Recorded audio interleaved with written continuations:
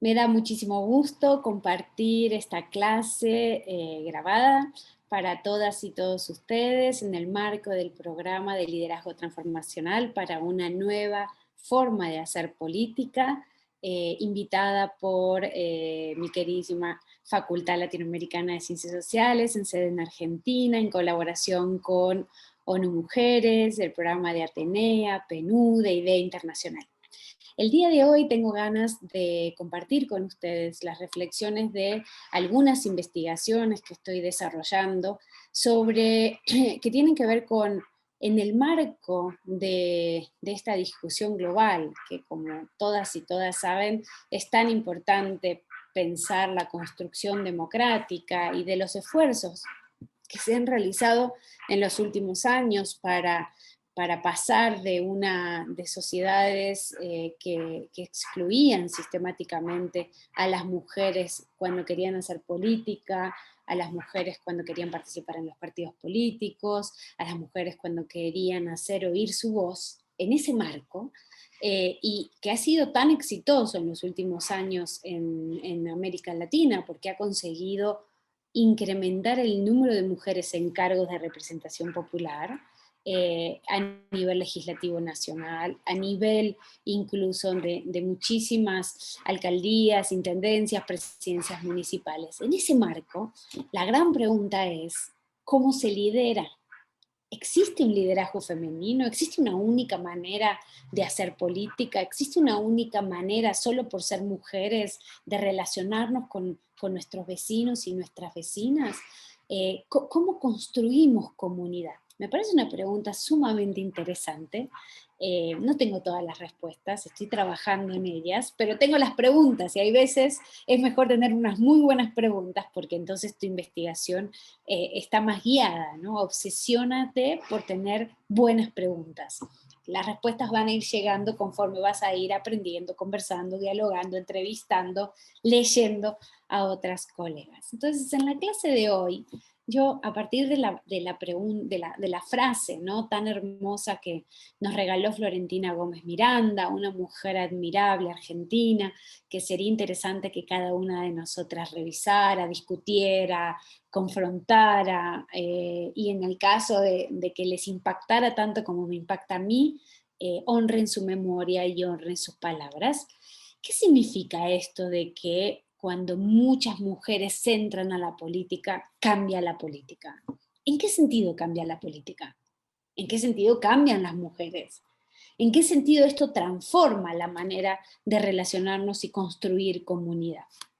Y entonces, para poder reflexionar sobre ese punto de partida, yo quería presentarles como un camino, una ruta, que tiene que ver con tres pasos o con tres estaciones, ¿no? Un poco cuál es el contexto, cuáles son los datos de desigualdad estructural que podemos encontrar y que nos marcan, ¿no?, el punto de salida de lo que hay que transformar.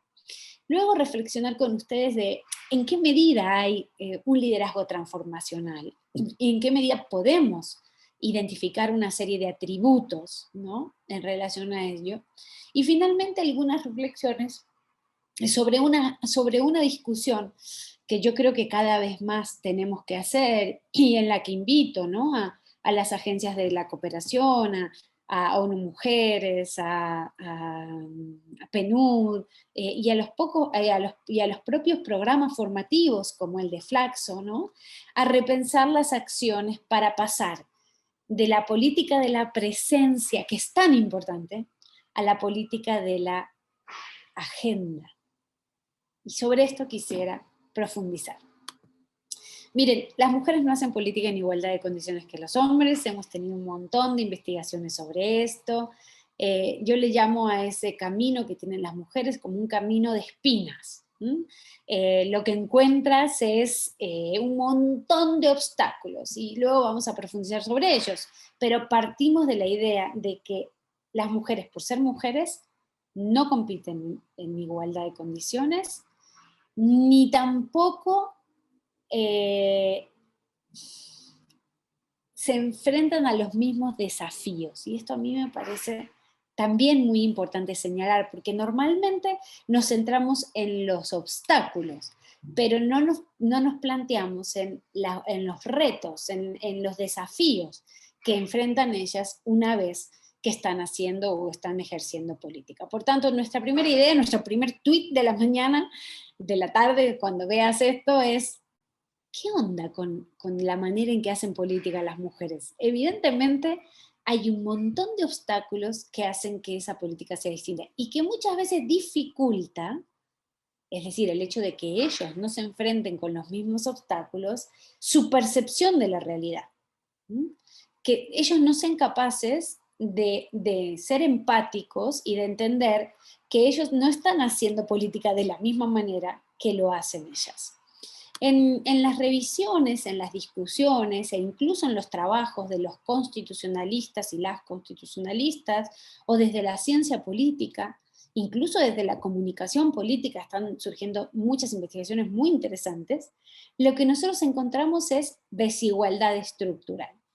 Es un concepto que sale de un constitucionalista argentino, Roberto Saba, que seguramente lo ubican, es un constitucionalista progresista, y lo que él da cuenta es que por más que las mujeres tengan reconocidos los derechos formales, es decir, que en la norma, que en la ley se establezcan cuáles son nuestros derechos y que aparentemente tuviéramos los mismos derechos formales, es decir, en la norma dicen los mismos derechos, en la práctica hay una serie de condiciones estructurales que no necesariamente permiten la igualdad real. Hay una igualdad formal, pero no hay una igualdad real. Y esto, que parece tan fácil y que parece tan sencillo, en realidad lo que hace es hacer pensar o marcar o señalar que a las desigualdades por género se le suman un montón de otras desigualdades. Piensen desde que las personas estamos atravesadas por la interseccionalidad. Nosotras no solo nos manifestamos según nuestro género, también según nuestra raza, etnia, según nuestras clases sociales. Por tanto, según donde nosotros estemos ubicadas en términos formativos. Es decir, hay una multiplicidad de dimensiones que nos hacen desiguales. Y a esto se le suma, además, a esa desigualdad estructural, una profunda crisis de representación política que viven los países de América Latina. Bueno, yo creo que lo viven en todos lados, pero en América Latina de manera sustantiva. Hay como una desconexión entre electorado y líderes y lideresas políticas. Entonces, no solo hay un problema de desigualdad estructural, sino también hay un problema de representación política, de desconexión entre representantes y representados. Y nosotras como politólogas, como abogadas, como juristas, incluso como comunicadoras, nos tiene que importar esas dificultades, porque lo que hace es generar fallas en el funcionamiento del sistema político. Sumados a estas desigualdades estructurales, sumadas a estas crisis de representación política, tenemos un problema cultural sustantivo. Miren, yo lo resumo en esta idea. Es como si los hombres hubieran nacido, culturalmente hablando, ¿no? Hubieran nacido para gobernar y nosotras hubiéramos nacido para cuidar. Y como que esa idea del gobierno y del cuidado ha cruzado el modo en que nos hemos relacionado, el modo en que hemos planteado nuestras relaciones personales íntimas, el modo en que se han construido las familias, el modo en que se ha centrado la escuela. O sea que hay, para mí, una crisis de valores sistémicas que no pone a la mujer en igualdad de condiciones que los hombres. Y esto se ha traducido en un montón de resistencias y de simulaciones. Techos de cristal, techos de cemento, techos de billetes, paredes de cristal, precipicios de cristal, suelos pegajosos, coberturas sexistas, estereotipos de género, técnicas de dominación, como diría Berit Haas, que afectan el autoestima. Y sumado a esto, en los últimos años, en algunos países, ya hemos tipificado como violencia política en razón de género. En el caso boliviano y en el caso mexicano, ya ha habido esfuerzos importantes en términos normativos para regular, y en el caso ecuatoriano también, la violencia política en razón de género. Esta es la imagen del poder en América Latina. Esta es la toma de posesión del presidente de Bolivia, que fue recientemente a finales del año pasado. Y yo no sé ustedes, pero me parece que en esta imagen es muy evidente que faltan mujeres, ¿no? Bueno, hoy no hay ninguna mujer gobernando América continental, solo hay 2 mujeres gobernando en 2 países del Caribe. Hemos llegado a tener 11 mujeres gobernando, pero evidentemente en este momento no hay mujeres como jefas de Estado o primeras ministras en los países de la región. Este problema de representación política ha sido histórico. Esta gráfica la hicimos con mi colega, el doctor Camilo Saavedra, y estamos utilizando la base de variedades de la democracia, este proyecto muy bonito de la Universidad de Gotemburgo y la Universidad de Notre Dame, que muestra la posibilidad o la manera de, en este caso, medir cuál es el nivel de empoderamiento de las mujeres en la región y ver cómo ha ido evolucionando a partir de todo el proceso político en etapas no democráticas y en etapas democráticas. Evidentemente, con las transiciones a la democracia ha habido un avance sustantivo respecto al empoderamiento, al nivel de empoderamiento de las mujeres en la región. Pero también ha habido un incremento sustantivo, gracias, sobre todo a partir de la década del 90, de las medidas de acción afirmativa y hoy del principio de paridad, de la representación política de las mujeres. Ahora, si ustedes ven las 2 líneas, la punteada y la gruesa, hay una distancia muy importante entre el nivel de empoderamiento y el nivel de representación. Y esto da cuenta de que las mujeres en América Latina están empoderadas, pero no están representadas. Y esta idea, que a mí me parece muy importante, nos tiene que llamar la atención respecto a qué es lo que ocurre de que las mujeres conocen sus derechos, salen, participan, son la base de la militancia de los partidos, hacen el trabajo de cuidado dentro de los partidos, son asesoras, lideran en las universidades, son las profesoras, están siendo las estudiantes la mayoría, son el 50% de la población y todavía no consiguen ser el 50% de la representación. El 50% de la población en América Latina no tiene el 50% de la representación en ninguno de los niveles institucionales, ni en las presidencias, ni en los legislativos, ni en los legislativos nacionales, salvo Bolivia, donde hay más del 50%, y salvo México, que es justo paritario. En el resto todavía hay fallas estructurales en la aplicación de las medidas de acción afirmativa o de la paridad. ¿Qué se hace en estos escenarios? Bueno, evidentemente centrarnos o pensar en cómo lideran las mujeres me parece fundamental, porque muchos de los esfuerzos que hemos hecho han sido esfuerzos centrados en las normas, en cambiar las reglas de juego para que esas reglas de juego exijan a los partidos políticos a poner mujeres en las candidaturas. Nuestras maestras se dieron cuenta que el problema estaba en el cuello de botella, estaba en los procesos de selección de candidaturas. Entonces, tú tenías mucha gente diciendo, no, es que no hay mujeres, entonces no se las puede poner como candidatas porque a ellas no les interesa, porque en realidad no, a las mujeres, ellas prefieren estar, ¿por qué vamos a obligarlas a participar? En realidad era porque los partidos o las dirigencias de los partidos no ponía mujeres candidatas, mujeres como candidatas, y al no ser mujeres candidatas, no había manera de que las eligieran, porque ¿cómo voy a elegir lo que no lo que no está en las candidaturas. Entonces, me parece que exigirle todo a la norma y no acompañarla de transformaciones en las prácticas puede hacernos, primero, desencantar y desilusionar con las reformas que se hicieron, y segundo, no avanzar en la igualdad sustantiva.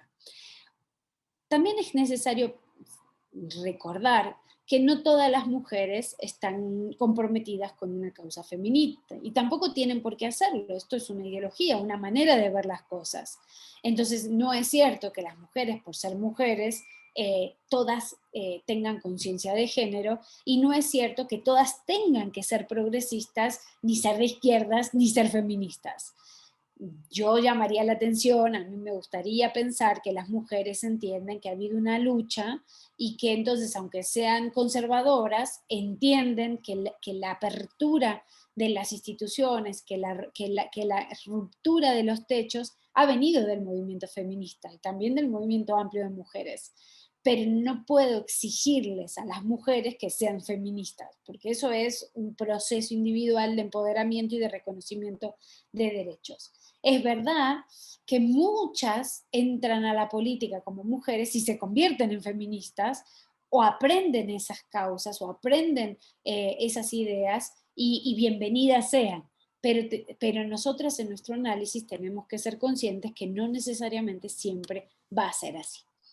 ¿Qué es ser líder? Bueno, miren, ser líder, a mí siempre me gustó el tema del liderazgo. Tuve unos excelentes profesores en mi universidad, allá en Argentina, el profesor Orlando D'Adamo y la profesora Virginia García Boudou, y me enseñaron cosas fantásticas que me cambiaron mi manera de ver las cosas, y entre ellas me enseñaron a analizar el liderazgo, a conocer, estudiar el liderazgo, y siempre soy deudora de estas lecturas a esa parte de las ciencias sociales que son la psicología política, que tanto me ayudó a responder muchos de los conceptos básicos del funcionamiento del sistema político que la ciencia política a mí por lo menos no me respondió.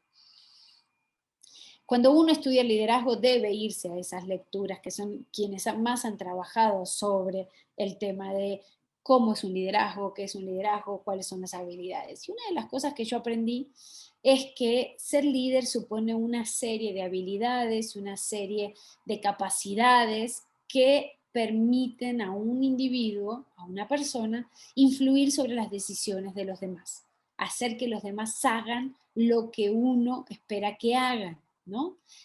De una manera no coactiva, ¿no? Porque si lo haces a través de la fuerza ya no sería un liderazgo. Esto sería a través de una serie de ideas, sí, de propuestas que hacen que una persona influya en la forma en que otros individuos o un grupo específico hagan para conseguir unas determinadas metas, ¿no?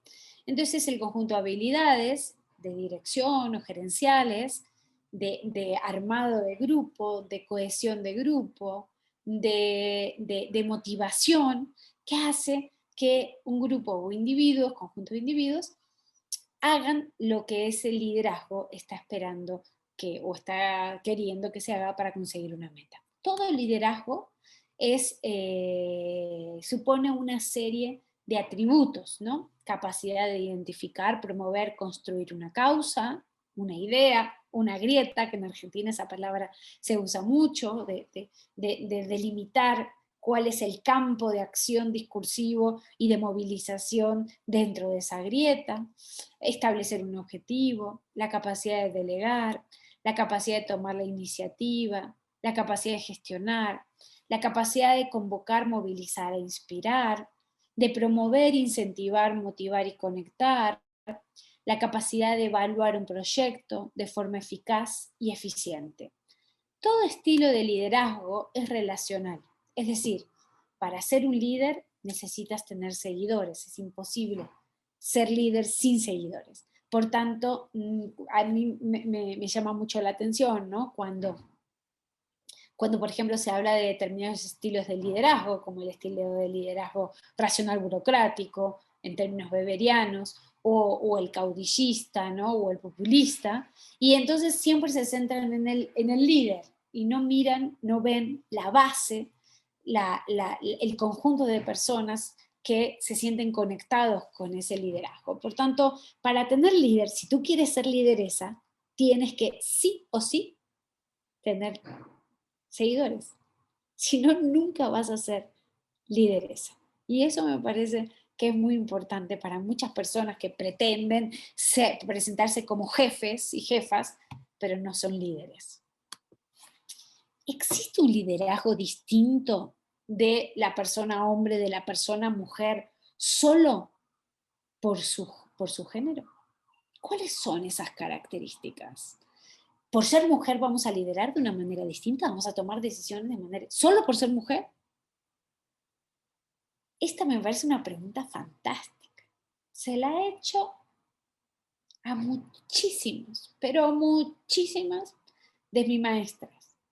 Y los últimos años esto se ha como agravado. El año pasado fue muy sustantivo, porque el año pasado aparecían por todos lados, wow, las mujeres lideran distintos la gestión de la crisis que los hombres. Y yo decía, ¿cómo lideran? ¿De cuántas mujeres están diciendo? Si de 196 solo 21 están en liderazgo, son jefe.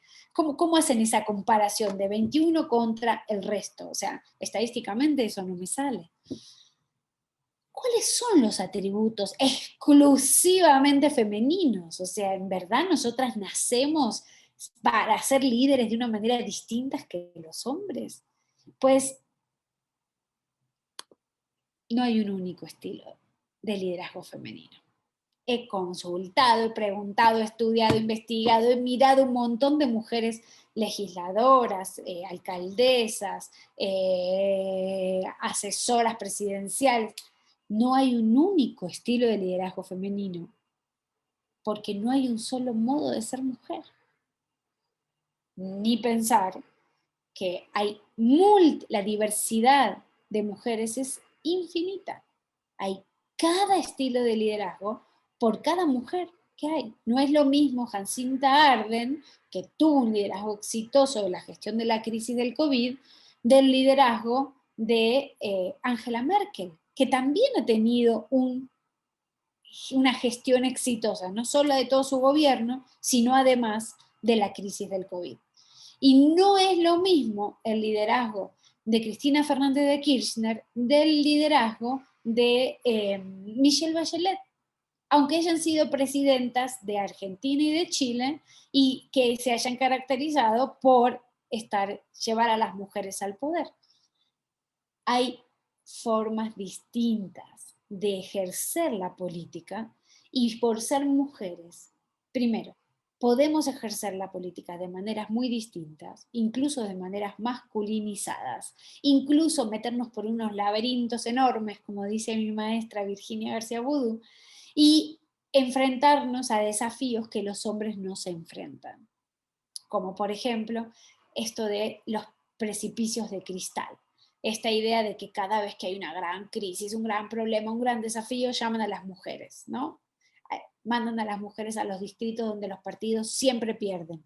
Entonces, si ellas pierden, le echan la culpa a ellas, pero en realidad era un distrito donde el partido nunca ganaba. Entonces, en realidad, le enfrentaron a un desafío que los hombres que no enfrentan a los hombres. Y cuando ellas pierden, dicen, ven, es que ellas pierden, no saben ganar elecciones, o como me dijeron el otro día en Colombia, es que aquí en Colombia dicen que las mujeres usamos las medidas de acción afirmativas o la paridad porque no sabemos ganar elecciones. Y yo me quedé pensando, las miré y dije, ¿en verdad van a venir con ese discurso? Ese discurso es de hace 30 años.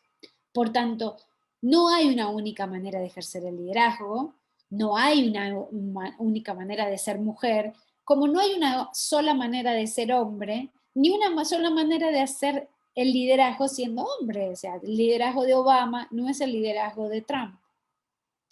Y me parece importante no caer en esos existencialismos. Ahora, es verdad que hay una forma de hacer política que tiene una serie de atributos, un estilo de liderazgo que podríamos llamarles y yo tomé la categoría de esta clase, liderazgo transformacional. Es decir, no por ser mujeres, no por ser hombres, exclusivamente vamos a ejercer este tipo de liderazgo. Esto es una elección. Nosotros podríamos ejercer este estilo de liderazgo siendo hombres o siendo mujeres. Y yo creo que a todas las reformas electorales que hemos desarrollado en los últimos años, podríamos ahora mismo comenzar a pensar en, en proponer, en liderar, en presentar algunos atributos que podrían tener esos nuevos liderazgos, esas nuevas formas de hacer política para la construcción de la democracia paritaria con igualdad sustantiva. Un elemento que me parece importante, que podría ser vinculado a los atributos para un liderazgo transformacional, es la predisposición al cambio. Uno de los elementos que mostró Merkel, Jacinta Ardern, la primera ministra finlandesa, fue esa capacidad para innovar y para mostrar su capacidad de lo que se llama flexibilidad cognitiva, ¿no? De poder enfrentarse a los desafíos al que uno como líder se va a enfrentar sin un pensamiento rígido, sino adaptándose a las circunstancias. Entonces, si usted quiere ejercer un liderazgo transformacional, usted debería tener predisposición al cambio, o sea, ser flexible al cambio y adaptarse a las circunstancias que le van generando. Jacinta Ardern es un excelente ejemplo de esto. Capacidad de actuar en muchas direcciones, ¿no? A las mujeres nos dicen, y no sé si a veces nos lo dicen positivamente, es que ustedes son multitask, ¿no? O sea, ustedes pueden hacer muchas tareas a la vez, entonces te voy a dar más tareas para que tú las desempeñes todas al mismo tiempo. Ese es un atributo positivo, es decir, poder manejar varias barajas al mismo tiempo es parte de este liderazgo transformacional. Otro de los atributos de este liderazgo podría ser la orientación hacia las personas. Yo le agregaría a esto capacidad de escuchar, capacidad de entender lo que las vecinas y los vecinos tienen para decirnos, capacidad para preguntar y escuchar lo que tengan que decirnos. Y en esa capacidad de escuchar, me parece muy importante porque luego vamos a ver que no hay líder sin causa. Es decir, es muy difícil liderar a un grupo si uno no tiene una causa específica, una causa concreta, una causa que los permita, digamos, que permitan motivar e influir hacia la dirección que tiene que ir el grupo. Por tanto, creo que es muy importante que la orientación de las personas vaya vinculada a identificar los objetivos que movilizan a esa relación con esas personas.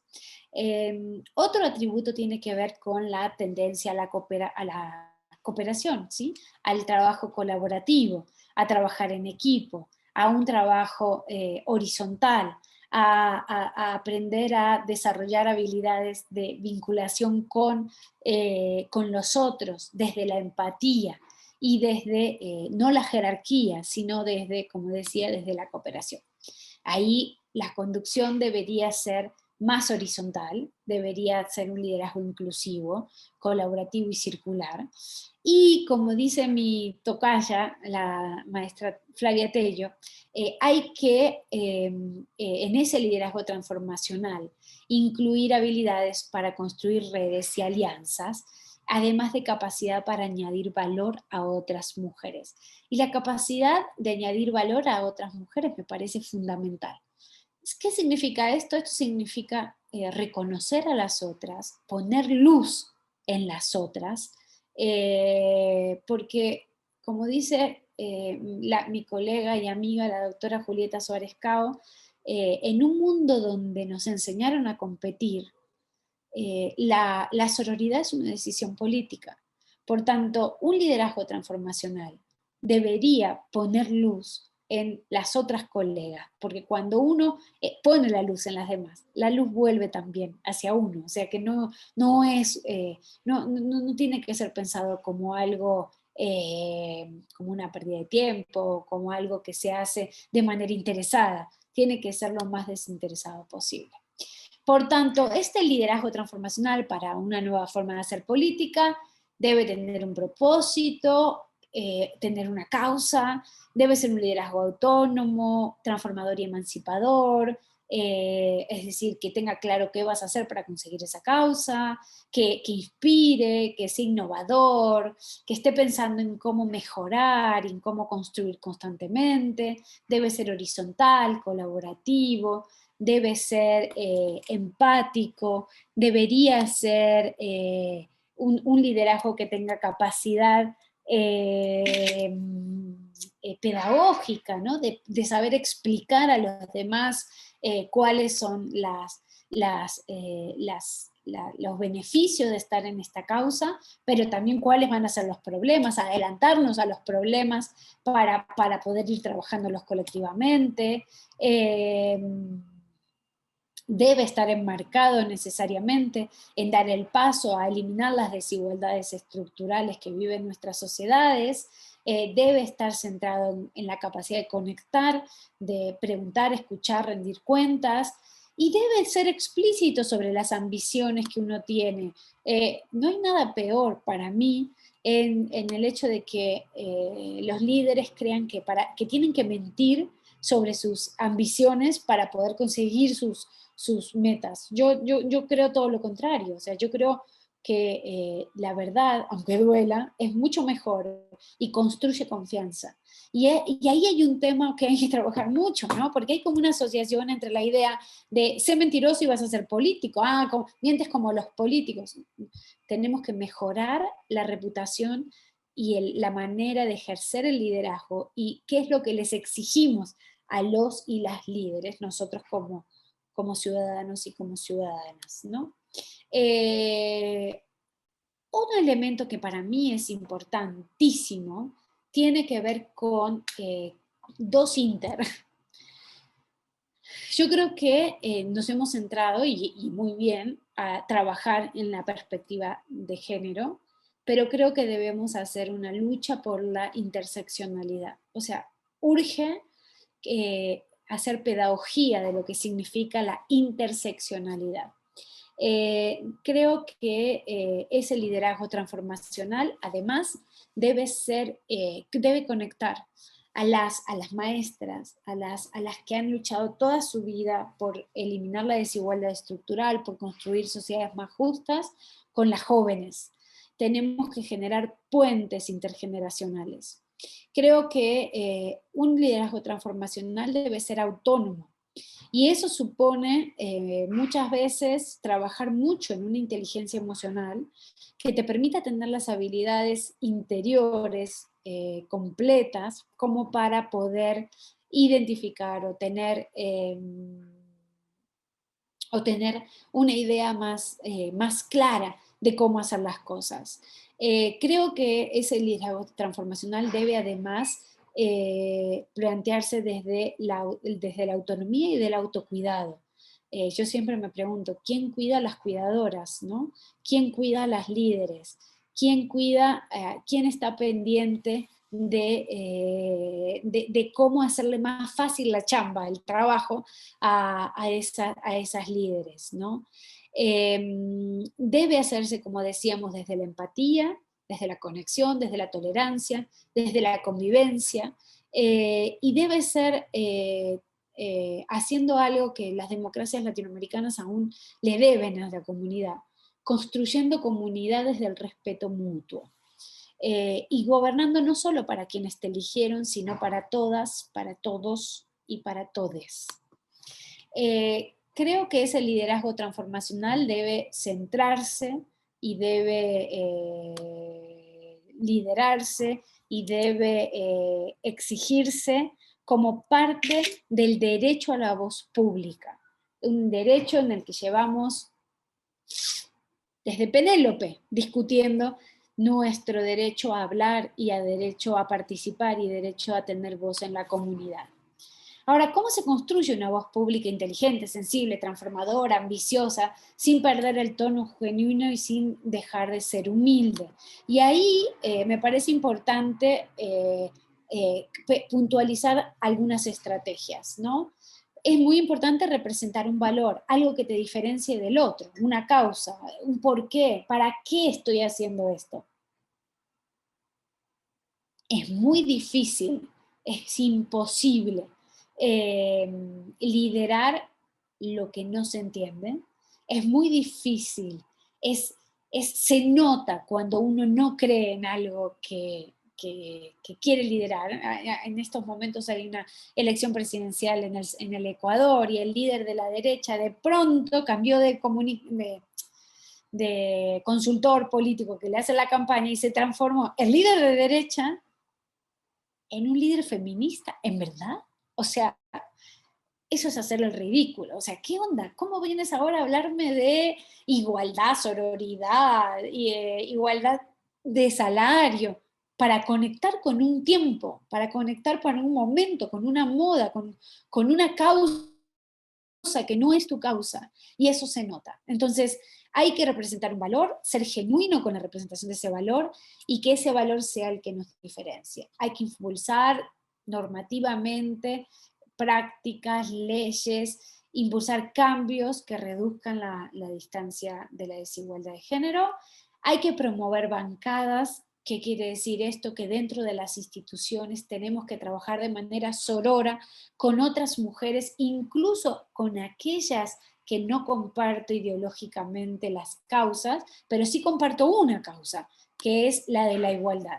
Y entonces ahí es muy importante trabajar juntas. No me importa si ella es de derecha. Claro, hay temas sobre los que no me voy a poner de acuerdo, ¿no? O sea, hay temas que me separan como la grieta misma, pero hay otros temas que están más allá de esa grieta y habría que construir puentes entre izquierdas y derechas para transformar las sociedades latinoamericanas. Hay que desgenerizar las instituciones están reproduciendo valores de género, hay que construir redes sororas de confianza mutua, alianzas estratégicas, multipartidistas, y hay que cambiar el relato y cambiar los imaginarios. Como decía, no se puede representar lo que no se entiende, no se puede gobernar lo que no se comprende.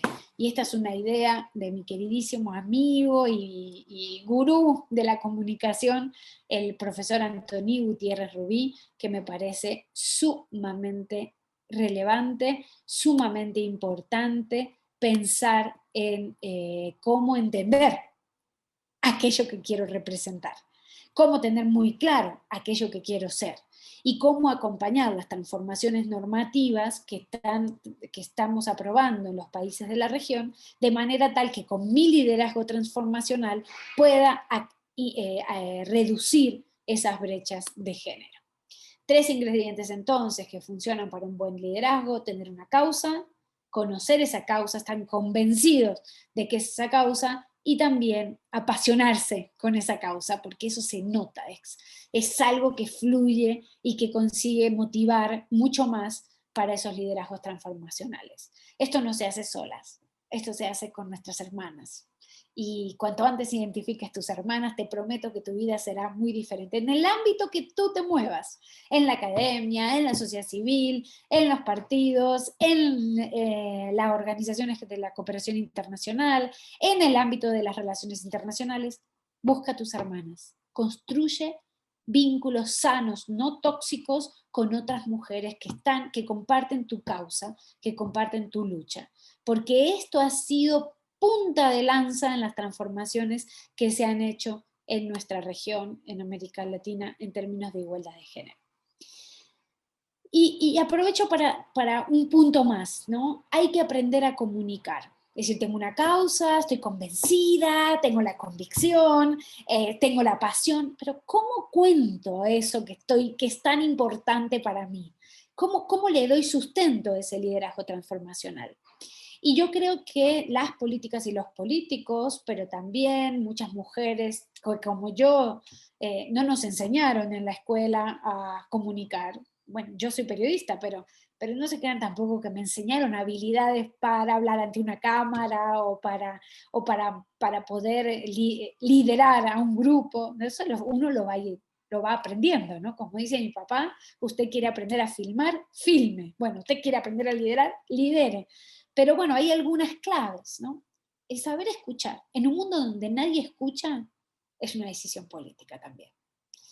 El generar una visión, hay que pensar mucho qué uno está queriendo. Y yo entiendo que a veces no está claro, no está tan claro al principio qué es lo que yo lidero, cuál es la causa. Tengo algunas intuiciones, pero hay que trabajar mucho, formarse mucho, estudiar mucho, leer mucho para poder generar esa visión respecto de lo que hay que hacer. No puedo movilizar a la gente hacia un camino, hacia un espacio, si yo no tengo claro cómo hacer eso. Coopere con otros. Busque las coincidencias más que los conflictos. Lleve su propio mensaje a los puntos de coincidencia. Es una vergüenza que mucha gente se vanaglorie de las divisiones y de la polarización que existen en las sociedades latinoamericanas, en vez de estar pensando cuáles son los puentes, cuáles son los espacios para generar un acercamiento entre unos y otros. Agrade a su público, agrade al otro, agrade a su comunidad, agrade a su grupo, mencione los nombres, haga sentirlos importantes. Estas son 5 claves muy generales, pero me parecen muy importantes para pasar de esto de la causa, la convicción y la pasión. Hágase el checklist de cómo debería decir usted lo que quiere decir. Pero no se centre en lo que usted quiere decir, sino céntrese en lo que los otros quieren o usted espera escuchen. Su mensaje no debe estar centrado solo en lo que usted quiere decir, sino en lo que usted espera que los otros escuchen de lo que usted quiere decir. Revisando entonces, usted tiene que, si va a tener un liderazgo transformacional, pensar cuál es el llamado a la acción, qué esperas que la gente escuche después de escucharte, cómo te gustaría que te recuerden, qué impresión quieres dar y qué quieres que la gente recuerde de ti, a quién va dirigido tu mensaje, cuál es tu audiencia, tienes que saber a quién vas a representar, quiénes son tus seguidores, qué piensan, qué esperan, qué demandas requieren. Tienes que ser claro con tus mensajes, tienes que hacer un ejercicio de estar siempre intentando simplificar los contenidos de tu causa.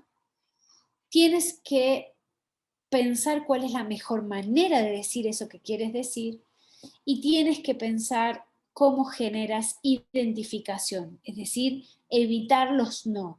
Tienes que anticiparte respecto a cuáles son las posibles reacciones de tu intervención, de tu liderazgo, de tu presentación de tu causa y adelantarte y inocular esos no, ¿no? Lo que serían las teorías de las restricciones.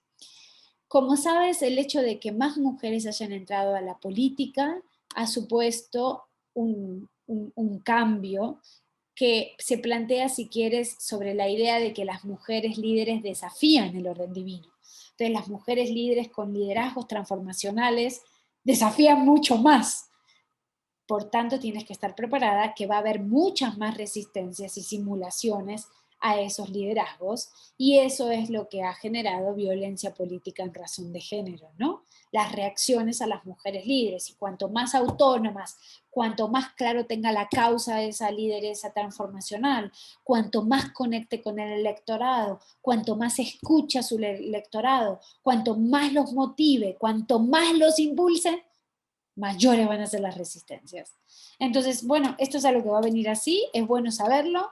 En algunos países ya se están regulando esas resistencias, ¿no? Se está tipificando, se está sancionando, se están estableciendo medidas de reparación, pero solo en este momento serán 3 países los que ya han aprobado algún tipo de normativa, ¿no?, en relación a ello.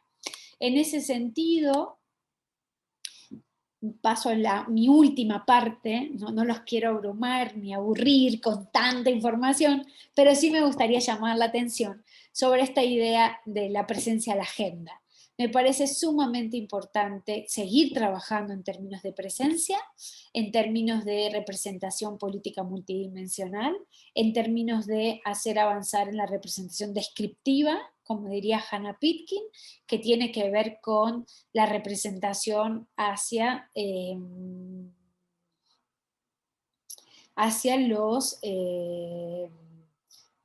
los números, ¿no? Es decir, que haya más presencia, más número de personas del grupo subrepresentado, pero también, como también dice Hannah Pitkin, ir hacia la representación simbólica, que es ocupar los cargos dentro de las instituciones, impulsar lenguaje incluyente, que las mujeres en el poder tengan poder, y también la representación sustantiva, que las mujeres que están llegando recuerden que tienen un compromiso de ética feminista, ¿no? Tienen que trabajar hacia agendas que tengan que ver con la democracia paritaria. Es decir, la mayoría de los países de la región ya han firmado los acuerdos internacionales que suponen la construcción de democracias paritarias. Y ahí creo que un ejercicio muy importante que deberíamos hacer entre todas, todos y todes es pensar cuál es la democracia que tenemos y pensar cuál es la democracia que necesitamos.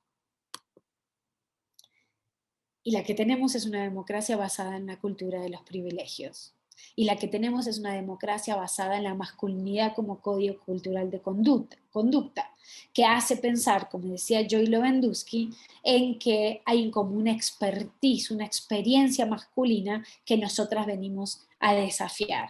Entonces esto es algo que deberíamos pensar en cambiar. También deberemos cambiar los obstáculos que hay sobre el acceso y sobre el ejercicio de la política. Obstáculos que tienen que ver con profundizar y fortalecer el régimen electoral de género, transformar los sistemas electorales orientados a hacerlos más amigables a la elección de mujeres, proveer acceso al financiamiento público a las mujeres, promover campañas más desgenerizadas y menos masculinizadas y garantizar el acceso a los medios de las mujeres candidatas. También a trabajar sobre las prácticas, romper los obstáculos dentro de la familia, dentro de los partidos, ser cuestionada por ser familiar de una persona, porque a los hombres no los cuestionan por ser familiares de otras personas, mujeres, evitar y luchar contra el racismo, el sexismo y la discriminación, evitar que las campañas usen ese sexismo, la violencia política y el doble rasero, generar también en la práctica monitoreo del financiamiento, evitar el doble sesgo y la cobertura de medios sesgadas, y también trabajar sobre las percepciones del liderazgo y trabajar para eliminar los estereotipos de género, hacer como un vínculo más cercano entre lo que se cree y lo que es y debe ser un liderazgo y lo que realmente van a ser, y romper esos estereotipos en las familias. También cuando se ejerce el poder hay obstáculos, y ahí hay toda una serie de trabajos que estamos haciendo para identificar prácticas, para trabajar en la formación de mujeres que llegan sin el expertise necesario para ejercer como legisladoras, por ejemplo, y para trabajar respecto a las expectativas, ¿no? Hay un trabajo muy bonito de Berit Haas que señala las técnicas de dominación en el ejercicio del poder, y me parece sumamente sustantivo revisar ese tipo de literatura. Y la democracia paritaria también necesita un nuevo modelo de gestión estatal, un nuevo pacto social para la igualdad, transformar el modo en que se accede al poder, cambiar el modo en que se ejercen las relaciones de poder, cambiar los diagnósticos, transversalizar la perspectiva de género y la interseccionalidad, y feminizar las relaciones sociales, no solo las relaciones políticas. Y aquí hay una discusión, y con esto voy a ir cerrando, que tiene que ver con la agenda de género. ¿A quién representan las mujeres? Y a mí me parece importante hacer esta puntualización, porque no todas las mujeres van a representar a las mujeres, ni tampoco deberían hacerlo, ni tampoco deberíamos pensar que las mujeres solo van a ser progresistas y que solo van a ser feministas, porque nos vamos a llevar una desilusión cuando las mujeres plurales, diversas, lleguen a los ámbitos de decisión y resulta que no defiendan el derecho a decidir y la autonomía económica y la capacidad de regular el trabajo no remunerado y el hecho de desarrollar una política de cuidados. Esas son todas medidas feministas, pero no todas las mujeres, aunque les beneficien, las conocen y las defienden. A mí me encantaría que las conocieran y las defendieran, pero no necesariamente ellas lo hacen. Por tanto, hay que ser conscientes de la diversidad de mujeres y de hombres. Ahora, si ustedes me preguntan, yo soy legisladora, ¿sobre qué debería pensar? Pues yo les diría, vaya a la teoría feminista, vaya a todas estas ideas de economía feminista, vaya a trabajar en ideas de paridad en todo, economía del cuidado, licencias de paternidad y maternidad igualitarias, de generizar las instituciones, políticas de flexibilidad laboral para conciliar la vida profesional con la vida familiar, trabajar en redes de conocimiento, programas de liderazgos en nuevas masculinidades para los hombres, semilleros de talentos, redes de conocimientos y sobre todo transformar el poder y hacerlo más horizontal. Como decía mi hermana de la vida, la doctora Julieta Sorescao, en un mundo que nos ha enseñado a competir, la sororidad es una decisión política y por tanto tenemos que trabajar en la cultura de la sororidad. Y hacer énfasis en que cuando una mujer avanza, ningún hombre retrocede. Por tanto, hay que generar puentes también con las personas de otros géneros para que no se sientan, se van a sentir amenazados en sus privilegios, eso está claro, porque el poder no se regala, el poder se disputa. Y nosotras llegamos para disputar el poder, porque somos el 50% de la población y nos corresponde el 50% del poder. Pero sí es interesante ver cómo cada vez más hay hombres que están buscando identificar cuáles son esos privilegios y poder desmontarlos y poder también trabajar corresponsablemente en la construcción de democracias igualitarias. Como siempre, no sin mujeres es mi causa, es mi bandera y es por lo que yo trabajo y la sumo y las invito a sumarse a esta lucha para que las mujeres lleguemos en igualdad de condiciones a todos los espacios del poder, eh, incluso en nuestro autocuidado individual de autodesarrollo emocional, sin esperar que ningún príncipe venga a salvarnos, sino nosotras mismas y con nuestras hermanas construir una sociedad más justa y más igualitaria. Espero que esta clase les haya gustado, que les haya apasionado tanto como a mí.